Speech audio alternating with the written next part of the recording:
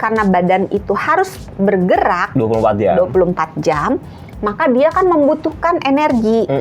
Nah, energinya kalau kita nggak makan kan habis nih. Iya. Ya kan? Berarti harus dapat dari cadangan kan? Cadangan. Nah, cadangan energi kita itu ada di otot, namanya glikogen, ada di otot, ada di hati. Nah, setelah apa yang kita makan udah habis dibakar untuk tenaga, badan kita mulai ngebakar glikogen yang ada di otot dan di hati. Nggak makan juga. Habis cadangannya nih. Ketika sudah mau habis, badan kita akan mencari sumber energi yang lain, yaitu lemak. Ketika itu, badan akan mengefisiensikan berbagai fungsi di dalam tubuhnya. Karena nggak ada makanan yang masuk, maka dia harus mengefisiensikan kerjaan di dalam badannya dan sekaligus mencari sumber bahan energi. Nah, kalau kayak perusahaan, dia kagak kerja nih. Ambil.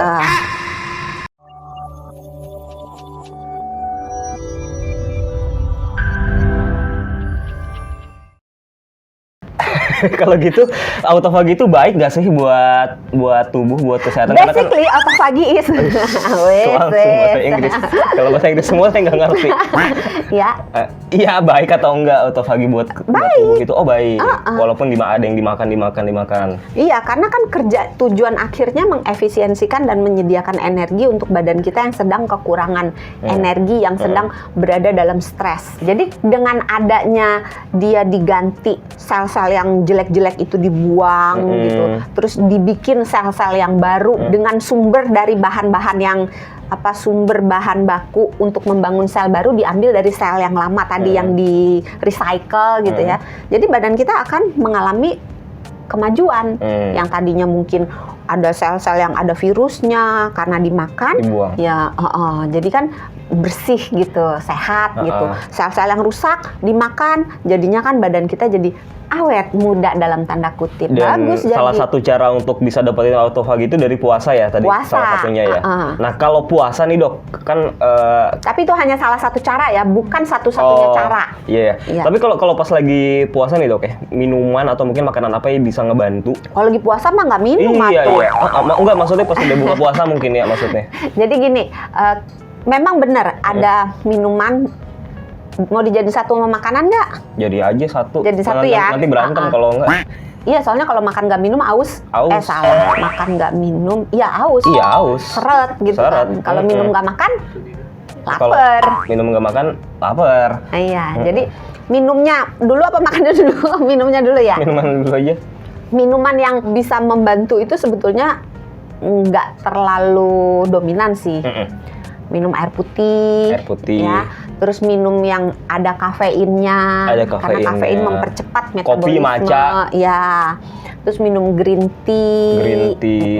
Itu bisa membantu mempercepat metabolisme supaya kita tujuannya bisa cepat sampai ke autofagi. Kalau makanan, kan tadi kita caranya tadi puasa, terus olahraga, diet keto sama rendah kalori kan. Iya. Ya udah makannya ngikutin itu aja. Oh, yang diet rendah keto. kalori. Iya, kalau rendah kalori ya berarti makannya jangan jajan yang santan-santan, goreng-goreng, nyibir, goreng-goreng. Iya, kemarin kan Padang. Sama goreng-goreng, santan-santan, manis-manis. Jangan. Itu kan tinggi kalori kan. Itu jangan dimakan. Diliatin aja. Dibeli boleh, kirim ke sini. Dikasih aja ya, yang mana aja saya. gitu kan. Nah, terus tadi rendah kalori diet keto.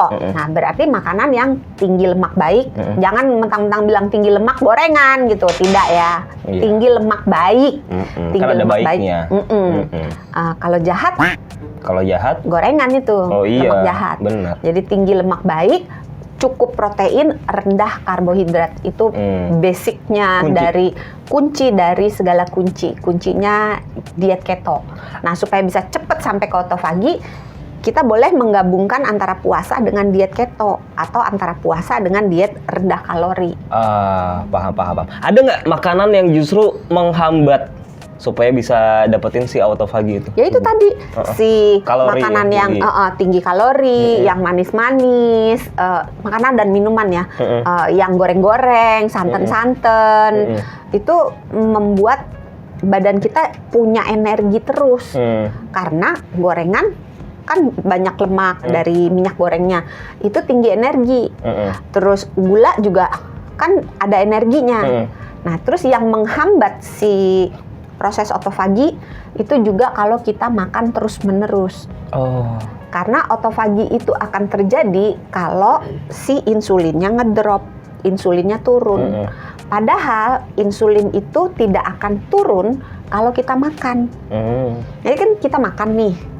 Kalau kita makan, badan kita kan akan merasakan, wih ada makanan nih bos, siap-siap yuk untuk mengolah makanan ini. Maka dikeluarkan insulin. Nah kalau insulin keluar, otofagi tidak akan keluar, tidak akan terjadi. Dia baru akan terjadi ketika insulinnya rendah. Gitu. Itulah sebabnya kalau mau melakukan otofagi, si tadi pola makannya itu sebaiknya dilakukannya di pas mau puasa. Jadi kalau misalnya puasanya malam berarti dimakan malamnya. Ini nih mau saya tanya nih, berapa lama puasanya dok supaya bisa mencapai autofagi ini? Sebenarnya proses autofagi itu ada yang mengatakan sekitar 24 jam mulai baru terjadi. Puasa seharian 24 jam? Ada yang mengatakan 16 jam. Tapi saya menjawab supaya sahabat Sonora tidak bingung ya, berapa jam? Aduh nggak cukup. Itu tergantung pada badan setiap orang. Tergantung misalnya makannya sebelum mulai puasa makannya apa. Kalau misalnya sebelum mulai puasa makannya udah yang tinggi-tinggi lemak, tinggi gula gitu kan, yang tinggi kalori, maka dengan sendirinya badan kita punya cukup banyak sumber energi sehingga dia nggak akan kehabisan energi. Kebayang nggak? Kebayang. Nah, sehingga ketika mulai masuk ke jendela puasa, kita makannya udah harus nyetop tuh, yang udah harus mulai menyerupai diet keto. Jadi rendah karbo, cukup protein, tinggi lemak. Supaya dalam keadaan itu, start awalnya aja insulinnya udah nggak begitu tinggi. Sehingga dengan ditambah puasa, insulinnya akan drop. Insulinnya ngedrop, maka kita lebih mudah masuk ke autofagi. Jadi sebenarnya agak susah kalau ditanya berapa jam. Rata-rata sekitar 24 jam. Kalau pola makannya baik, metabolismenya cepat, itu mungkin bisa 16 jam gitu. Jadi beda-beda pada setiap orang. Beda-beda ya? Tergantung apa yang dimakan sebelum puasa? Sama tergantung cadangan dia banyak nggak. Karena biasanya autofagi itu baru akan dicapai biasanya ketika tubuh kita sudah mulai membakar lemak. Nah, tubuh kita baru akan membakar lemak kalau cadangan-cadangannya udah banyak yang udah habis. Nah, kalau orang misalnya orang kaya gitu, tabungannya di bank banyak, deposito banyak, ya lama dihabisin dulu. Tergantung. Sebagai closing statement dari tadi kita ngebicarain soal efisiensi tubuh ya dalam bentuk autofagi. Ada yang ingin disampaikan kepada pemerintah? Maksudnya ada yang pengen disampaikan ke sahabat Sonora gimana cara menerapkan pola makan ini jadinya. Gimana cara sederhananya dok untuk bisa menerapkan pola makan yang mendukung untuk mencapai autofagi ini? Makanlah teratur. Makanlah teratur. Makanlah di jam makan dan tidak makan di jam bukan jam makan. Yang seharusnya aja lah ya. Iya. Yang sewajarnya jangan aja. Makan tidak berhenti. Makan kan tidak ada berhenti.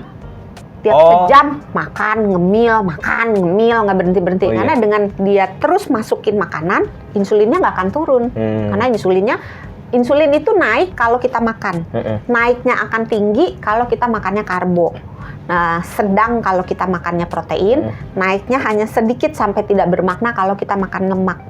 Itulah sebabnya kenapa diet keto bisa menyebabkan autofaginya lebih cepat. Karena diet keto itu kan tinggi lemak, rendah protein, tinggi lemak, sedang protein, rendah karbo kan. Nah, dengan susunan makanan seperti itu, insulin keluarnya cuma sedikit. Gitu. Jadi makan yang sewajarnya aja lah ya, seperti jangan terus-terus makannya. Iya. Kalau orang Indonesia tuh, ini saya penasaran sih kata aja dok. Kalau makan orang Indonesia tuh 2 kali atau 3 kali sih idealnya sehari? Kan ada yang pagi, tergantung siang, gaji malam. Mungkin ya. Ya udah, kita cukupkan sampai di sini sahabat Sonora. Jangan lupa untuk subscribe jenis dulu. Makanannya.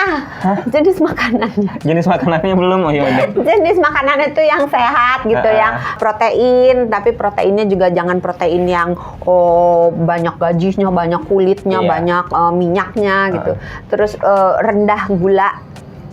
Jangan yang banyak tepung-tepung, jangan gorengan, jangan santan. Jadi makanan sehat gitu ya. Terus jangan lupa lemak baik. Nah, terus kalau mempercepat lagi proses autofaginya, tambah dengan olahraga di jam puasanya atau di sejenak sebelum masuk ke jendela puasa. Oke. Udah nih, mau beli makan soalnya nih. Udah ya nggak ngomong lagi ya. Ya udah. Berarti buka puasa ya? Udah buka puasa saya. Ya udah, kalau gitu saya Sony Wicaksono, penyiar Sonora. Saya Dr. Santi, Health Management Specialist Corporate HR Kompas Gramedia. Kita dari Kamu Sehat. Jangan lupa untuk jaga kesehatan karena sehat itu mudah, sehat itu murah.